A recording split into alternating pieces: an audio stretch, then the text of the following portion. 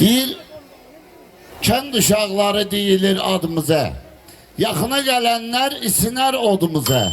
32 ilə yaddaşda qalmışıq biz, böyüyüb artı çoxalmışıq biz.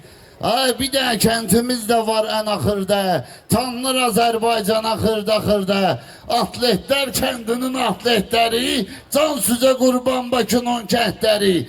Dəqməsin heç vaxtı nəzər bir bizə, Fatmeydən salamlar hər bir bizə. Eşq olsun sizlərə, eşq olsun sizlərə. Allah Nizami Rəmziyə qəni rəhmət eləsin.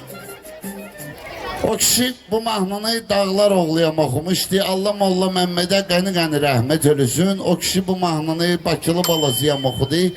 İnşallah mən də rəhməti qədəndə deyərsiz, Allah kişiyə rəhmət eləsin. Kəndçi balasıyam oxudu. İcazəsini aldım, halallığını aldım. Mən də bunu bir kəndçi balaları üçün oxudum. Gəlsin bir dənə kəndçi balası sizlər üçün.